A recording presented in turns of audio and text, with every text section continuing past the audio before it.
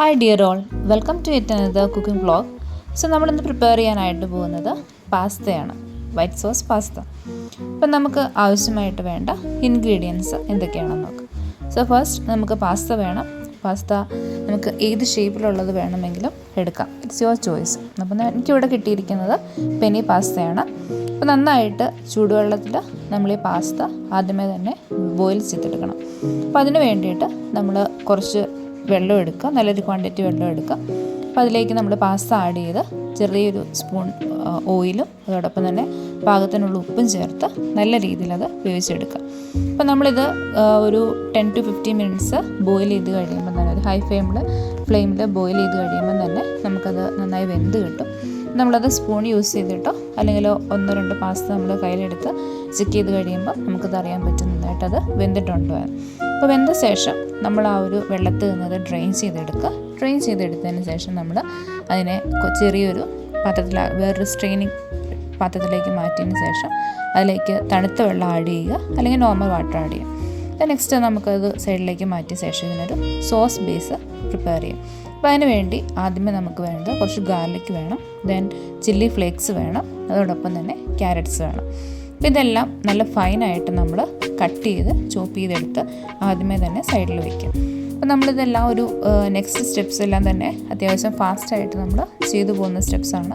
അപ്പോൾ അതുകൊണ്ട് തന്നെ ഇതെല്ലാം ആദ്യം പ്രിപ്പയർ ചെയ്ത് വെച്ചതിന് ശേഷം നമുക്കിത് തുടങ്ങുന്നതായിരിക്കും കുറച്ചും കൂടി ഈസി. സോ നമ്മളൊരു പാൻ എടുക്കുക, ആ പാനിലേക്ക് നമ്മൾ കുറച്ച് ബട്ടർ ആഡ് ചെയ്ത് കൊടുക്കുക. അപ്പോൾ ബട്ടർ ആഡ് ചെയ്തതിന് ശേഷം അത് മെൽറ്റായി വരുമ്പോൾ നമ്മളതിലേക്ക് ചില്ലി ഫ്ലേക്സും അതോടൊപ്പം തന്നെ ഗാർലിക്കും ആഡ് ചെയ്ത് കൊടുക്കുക. തീ നല്ല രീതിയിൽ ഒരു മീഡിയം ടു ലോ ഫ്ലെയിമിൽ ഇട്ടതിന് ശേഷം വേണം നമ്മളിത് സോട്ട് ചെയ്യാനായിട്ട്. ഇതെല്ലാം വെരി ഫൈനായിട്ട് നമ്മൾ ചോപ്പ് ചെയ്ത് വെച്ചിരിക്കുന്നതുകൊണ്ട് തന്നെ വേഗം കരിഞ്ഞു പോകാനുള്ള ചാൻസ് ഉണ്ട്. അപ്പോൾ അതുകൊണ്ട് നല്ല രീതിയിൽ അത് നമ്മളെപ്പോഴും തന്നെ ഇളക്കി കൊടുത്തുകൊണ്ടിരിക്കുക. നന്നായിട്ടത് സോട്ടായി വരുന്ന ഒരു പാകത്തിലെത്തുമ്പോഴത്തേക്കും നമുക്കതിലേക്ക് നെക്സ്റ്റ് ഇൻഗ്രീഡിയൻസ് ആഡ് ചെയ്ത് കൊടുക്കാം. അപ്പോൾ ഇത് ലോ ഫ്ലെയിമിൽ വെച്ച് കുക്ക് ചെയ്യുന്നതുകൊണ്ട് തന്നെ നമുക്കതിൻ്റെ ഒരു ഫ്ലേവർ കുറച്ചും കൂടി അതിലേക്ക് ഗീയിലേക്ക് ആഡ് ചെയ്ത് വരും. നമ്മളിതിൽ നിന്നാണ് തന്നെ ബാക്കി ബേസുകൾ, അതായത് സോസ് ബേസസ് ഒക്കെ നമ്മളിതിലേക്ക് പ്രിപ്പയർ ചെയ്ത് എടുക്കുന്നത്. അപ്പോൾ ഇത് നന്നായിട്ടൊന്ന് സോട്ടായി വന്ന് നല്ല രീതിയിലൊന്ന് മുരിഞ്ഞ് വരണം. ഒരു ചെറിയൊരു ബ്രൗൺ കളറിലേക്ക്, ഒരു ഗോൾഡൻ കളറിലേക്ക് അപ്പം അത്യാവശ്യം നന്നായി ഗോൾഡൻ ഒരു കളറിലേക്ക് എത്തിയ ശേഷമാണ് നമ്മൾ നെക്സ്റ്റ് ഇൻഗ്രീഡിയൻസ് ആഡ് ചെയ്ത് കൊടുക്കുന്നത്. അപ്പോൾ ഇത് നമുക്ക് നല്ല രീതിയിൽ സോട്ട് ചെയ്തെടുക്കണം. പക്ഷേ അത് തീരെ ചെറിയ ഒരു തീയിൽ വെച്ചിട്ട് ചെറിയൊരു ഫ്ലെയിമിൽ തന്നെ വേണം നമ്മളത് സോട്ടായിക്കൊണ്ടിരിക്കാനായിട്ട്. അപ്പോൾ ഇത് നല്ല രീതിയിൽ മുരിഞ്ഞ് വരാനായിട്ട് നമ്മൾ ജസ്റ്റ് ഒന്ന് വെയിറ്റ് ചെയ്യാം.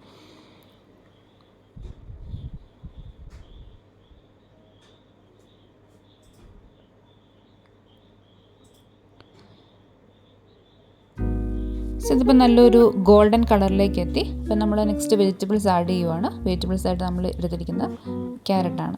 അപ്പോൾ ക്യാരറ്റ് നമുക്കങ്ങനെ വെന്ത് വരേണ്ട ഒരു പാകത്തിലേക്ക് എത്തണ്ട, ജസ്റ്റ് ഈ ഒരു ബട്ടറിൽ കിടന്ന് ഒന്ന് ചെറിയ ക്രിസ്പായിട്ട് വന്നാൽ മതി. നമുക്കൊരു ക്രഞ്ചി ഫീൽ, നമ്മളിത് കഴിക്കുമ്പോൾ പാസ്ത കഴിക്കുന്ന കൂടെ നമുക്ക് ആ ഒരു ക്രഞ്ചി ഫീൽ കിട്ടാനായിട്ടാണ് ഇത് കൂടി നമ്മൾ ആഡ് ചെയ്യുന്നത്. അപ്പോൾ അത് ജസ്റ്റ് ഒന്ന് സോട്ടായി വരുന്ന ഒരു പാകത്തിലേക്ക് മാത്രം എത്തിയാൽ മതി. അപ്പോൾ നമ്മൾ അത്യാവശ്യം ഒരു 5 മിനിറ്റ്സ് ആ ഒരു ടൈം വരെ സോട്ട് ചെയ്തെടുത്ത് വേറെ പ്ലേറ്റിലേക്ക് ഇതെല്ലാം മാറ്റി വെക്കുക. അപ്പോൾ ആ പാനിലേക്ക് തന്നെ നമ്മൾ നെക്സ്റ്റ് ആയിട്ട് കുറച്ച് ബട്ടർ ആഡ് ചെയ്ത് കൊടുത്തു. അപ്പോൾ ആ ബട്ടറിലാണ് നമ്മളിനി വൈറ്റ് സോസ് ബേസ് ഉണ്ടാക്കുന്നത്. അതിനുവേണ്ടി നമ്മൾ ആ ഒരു സെയിം പാനിലേക്ക് തന്നെ ബട്ടർ ആഡ് ചെയ്ത് കൊടുക്കുക. അതിലേക്ക് നമ്മൾ 1 or 2 ടീസ്പൂൺ നമ്മൾ മൈദ ആഡ് ചെയ്ത് കൊടുക്കുകയാണ്. അപ്പോൾ നമ്മുടെ സോസിൻ്റെ ഒരു കൺസിസ്റ്റൻസി, അല്ലെങ്കിൽ എത്രത്തോളം സോസി ആയിരിക്കണം നമ്മുടെ പാസ്ത എന്നനുസരിച്ചാണ് നമ്മൾ ഇതിലേക്ക് മൈദ ആഡ് ചെയ്ത് കൊടുക്കാനായിട്ട്. നമുക്ക് കുറച്ചും കൂടി ക്വാണ്ടിറ്റിയിൽ നമുക്ക് ഈ ഒരു സോസ് ബേസ് വേണം എന്നുണ്ടെങ്കിൽ നമുക്ക് ആ ഒരു മൈദയുടെ ക്വാണ്ടിറ്റി നിങ്ങൾ കുറച്ചും കൂടി കൂട്ടും. ദെൻ നമുക്കിത് നന്നായിട്ടൊന്ന് ചെറിയൊരു ബ്രൗൺ കളറിലേക്ക്, ഈ മൈദ ഒന്ന് വെന്ത് വരുന്നൊരു പാകമാണ്. അപ്പോൾ ആ ഒരു രീതിയിൽ നന്നായിട്ട് ബട്ടറിൽ കിടന്നിട്ട് ഇത് സോട്ടായിട്ട് വരണം. അപ്പം അത് നമ്മൾ കൈ എടുക്കാതെ തന്നെ ഇളക്കിക്കൊണ്ടിരിക്കുക, കാരണം പെട്ടെന്ന് ഇത് കരിഞ്ഞു പോകാനുള്ള ചാൻസ് ഉണ്ട്. അപ്പോൾ തീ ഏറ്റവും ചെറുതായി, അതായത് ഏറ്റവും ലോ ഫ്ലെയിമിൽ തന്നെ വെക്കുക. ലോ ഫ്ലെയിമിൽ വെച്ച് ആ ഒരു ടെമ്പറേച്ചറിൽ തന്നെ വേണം നമ്മൾ ഈ ഒരു മൈദ അവിടെ സോട്ട് ചെയ്തെടുക്കാനായിട്ട്. അപ്പോൾ അപ്പോൾ ഇതിൽ കട്ട് കെട്ടും. അപ്പം നമ്മൾ ഈ പറഞ്ഞിരിക്കുന്ന ബട്ടറിലേക്കാണ് ഇത് ആഡ് ചെയ്തത്. അപ്പോൾ അത് കട്ട് കെട്ടി പോകാനുള്ള ചാൻസസ് കൂടുതലാണ്. അപ്പോൾ അതുകൊണ്ട് തന്നെ തരിതരിയായിട്ടിരിക്കുന്ന ആ ഒരു കട്ടയായിട്ട് വന്നിരിക്കുന്ന പോർഷൻസ് എല്ലാം നമ്മൾ ചെറുതായിട്ട് നമ്മുടെ ആ ഒരു സ്പൂൺ വെച്ചിട്ട് തന്നെ ഒന്ന് ഇളക്കി കൊടുക്കുക, അല്ലെങ്കിൽ ഒന്ന് പൊടിച്ചു കൊടുക്കുക. അപ്പോൾ അത് അങ്ങനെ ചെയ്യുവാണെങ്കിൽ നമ്മൾ നെക്സ്റ്റ് ഇതിലേക്ക് ആഡ് ചെയ്യുന്ന ഇൻഗ്രീഡിയൻസ് വരുമ്പോൾ അത് കുറച്ചും കൂടി നല്ല ലിക്വിഡി ഫോമിൽ തന്നെ മിക്സപ്പ് ആവാനുള്ള ചാൻസസ് കൂടുതലാണ്. അപ്പോൾ അതനുസരിച്ച് നമ്മൾ സോട്ട് ചെയ്ത് കൊടുക്കുന്നതിനോടൊപ്പം തന്നെ അത് ചെറുതായിട്ടൊന്ന് ഉടച്ചു കൊടുക്കാനും കൂടി ശ്രദ്ധിക്കുക. അപ്പോൾ ഇത് നമ്മൾ ചെറിയൊരു ബ്രൗൺ കളറിലേക്ക് അത് എത്തണം, അതുവരെയും വെയിറ്റ് ചെയ്യണം.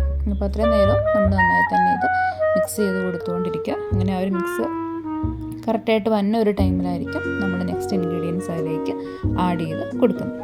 അപ്പോൾ ഇത് നല്ല രീതിയിലൊരു ബ്രൗൺ കളറായി തുടങ്ങിയിട്ടുണ്ട്. ലൈറ്റ് ഷെയ്ഡ് ഒരു ഗോൾഡൻ കളറിലേക്ക് എത്തി. അപ്പോൾ നെക്സ്റ്റ് നമ്മളിതിലേക്ക് ആഡ് ചെയ്യുന്നത് മിൽക്കാണ്.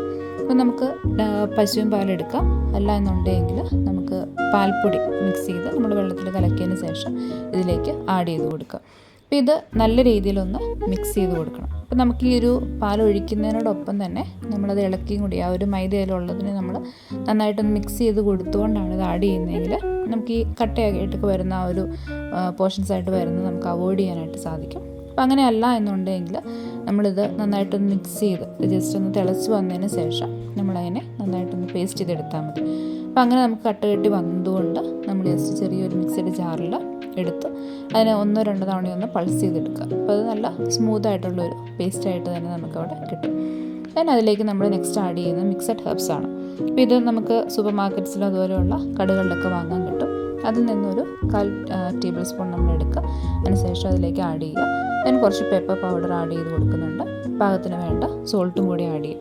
അപ്പോൾ നമ്മൾ പാസ്ത വേവിച്ച സമയത്ത് നമ്മൾ സോൾട്ട് ആഡ് ചെയ്തിരുന്നു. അപ്പോൾ അത് നോക്കിയതിന് ശേഷം മാത്രം നമ്മൾ ആ ഒരു ഹോൾ ഇതിലേക്ക് വേണ്ട എത്രത്തോളമാണ് നമുക്ക് സോൾട്ട് ആവശ്യമായിട്ടുള്ളത് അത് നോക്കിയ ശേഷം നമ്മൾ കുറച്ചും കൂടി ആഡ് ചെയ്ത് കൊടുക്കുക. then വേണമെങ്കിൽ നമുക്ക് ഏറ്റവും ലാസ്റ്റ് ആഡ് ചെയ്യാം. അപ്പോൾ നന്നായിട്ട് ഇതെല്ലാം കൂടി ഒന്ന് മിക്സ് ചെയ്തെടുക്കണം. മിക്സ് ചെയ്തെടുത്ത് നല്ല രീതിയിൽ ഇത് ഹെർബ്സും ഇതെല്ലാം ഒന്ന് വന്നൊരു സ്മെല്ല് നമുക്ക് കിട്ടും, ഒരു ഫ്ലേവർ കിട്ടിക്കഴിഞ്ഞ ശേഷം വേണം നമ്മളിതിലേക്ക് പാസ്ത നമ്മൾ വേവിച്ച് വെച്ചിരിക്കുന്ന പാസ്ത ആഡ് ചെയ്ത് കൊടുക്കാനായിട്ട്. അപ്പോൾ ഈ പാസ്ത നല്ല രീതിയിൽ നമ്മൾ മിക്സ് ചെയ്യണം ഈ സോസിൽ. അപ്പോൾ ഈ സോസിൽ നന്നായിട്ട് മിക്സ് ചെയ്ത് അതിൻ്റെ ഫ്ലേവേഴ്സ് എല്ലാം തന്നെ ഇതിലേക്ക് കിട്ടുന്ന പാകത്തിന് നമ്മളൊന്ന് ആഡപ്പ് ചെയ്ത് കൊടുത്താലാണ് പാസ്തയുടെ കൺസിസ്റ്റൻസി എല്ലാം നമുക്ക് കറക്റ്റ് ആകത്തുള്ളൂ. അപ്പോൾ ഇത് കുറച്ച് ഒത്തിരി ലൂസായിട്ടുള്ള ഒരു ടൈപ്പിലുള്ള സോസ് അല്ല ഇതിൽ നമ്മൾ എടുത്തിരിക്കുന്നത്. നമുക്ക് ആ പാസ്ത എത്രത്തോളം ഉണ്ടോ ആ കൺസിസ്റ്റൻസി അനുസരിച്ച് തന്നെ വന്നിരിക്കുന്ന ഒരു പാകത്തിനാണ് നമ്മുടെ സോസ് ഇവിടെ നിൽക്കുന്നത്.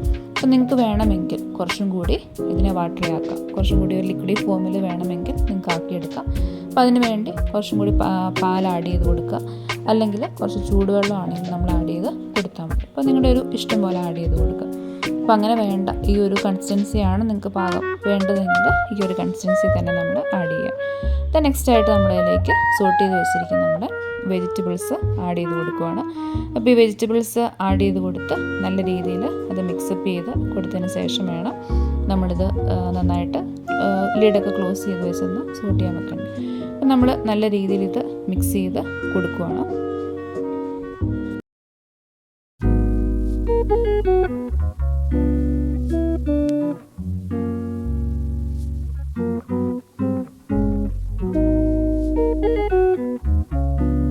സോ നമ്മുടെ പ്രിപ്പറേഷൻസ് എല്ലാം തന്നെ കഴിഞ്ഞു. അതായത് നമുക്കിതിലേക്ക് വേണ്ട കാര്യങ്ങളെല്ലാം നമ്മൾ ആഡ് ചെയ്ത് പാസ്തയുടെ ഫൈനൽ സ്റ്റേജിലേക്ക് നമ്മളെത്തി.